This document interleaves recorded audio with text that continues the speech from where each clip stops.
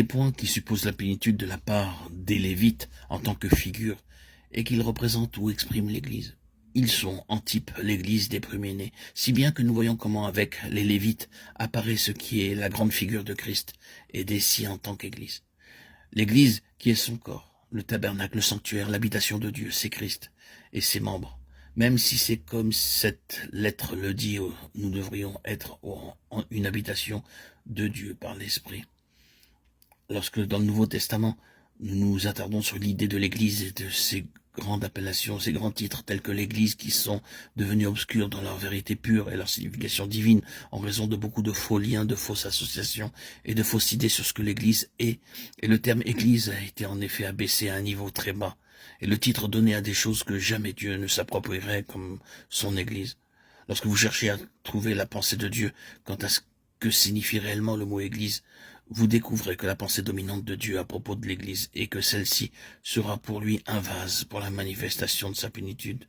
L'Église, qui est son corps, la plénitude de celui qui remplit tout en tous. Quand vous retournez à la lettre aux Colossiens, de nouveau vous retrouvez la même pensée. En lui habite toute la plénitude, et vous êtes accomplis en lui. Colossiens 2, 9, 10. Et dans le même chapitre, verset 19, nous lisons s'attacher au chef. Dans l'épître aux Éphésiens, l'Église est montrée comme étant son corps. Et tout le corps s'accroît avec l'accroissement de Dieu. Et la pensée finale, l'idée et la plénitude de Dieu par Christ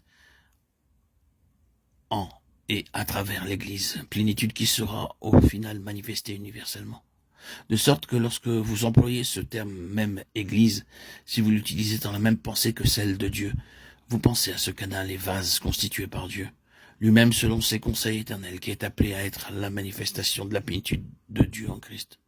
Être membre de l'Église suppose cela. Ceci veut dire que vous et moi, en tant que membres de Christ, sommes appelés à être associés à sa plénitude. Les traitements de Dieu à notre égard sont tous en vue de retrouver autant que possible sa plénitude de Christ en chacun, manifestée aujourd'hui de manière croissante et à terme jusqu'à l'extrême limite possible. Mais il faudra tous les membres formant un seul corps pour exprimer toute la plénitude. Présentement, notre réflexion ici porte sur le fait que les Lévites, étant en type l'Église des premiers-nés, incarne cette pensée de l'Église qui est elle-même une pensée, une idée de Dieu relative à la plénitude. À présent, le point en relation avec la plénitude chez les Lévites est qu'ils représentent essentiellement ce qui était céleste dans la vie du peuple de Dieu. En effet, nous pouvons l'affirmer de manière très forte et très ferme en disant qu'ils étaient là pour maintenir le peuple de Dieu attaché à la réalité qu'il était un peuple céleste.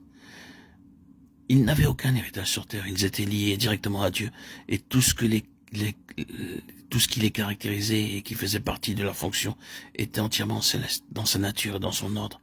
Si bien que dans l'épître aux Hébreux, en se référant à l'ordre lévitique des choses, le Saint-Esprit par l'intermédiaire de l'apôtre rapporte qu'il s'agissait des images de celles qui sont dans le ciel. C'est pourquoi les Lévites considéraient toutes choses dans la vie du peuple de Dieu en relation avec le ciel. Ils exprimaient sous la forme d'objets par des démonstrations, des types et des symboles des réalités célestes.